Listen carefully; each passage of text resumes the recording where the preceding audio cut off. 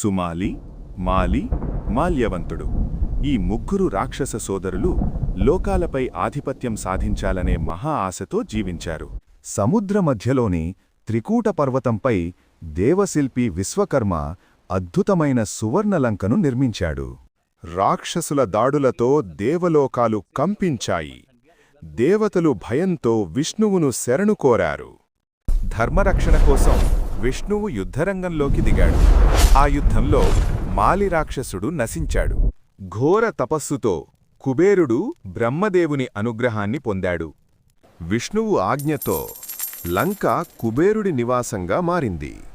విశ్రవ మునికుమారుడిగా జన్మించిన రావణుడు అపార శక్తి కోసం ఘోర తపస్సు చేశాడు.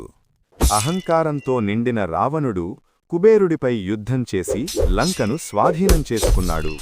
రావణుని పాలనలో లంక మహారాక్షస సామ్రాజ్యంగా ఎదిగింది.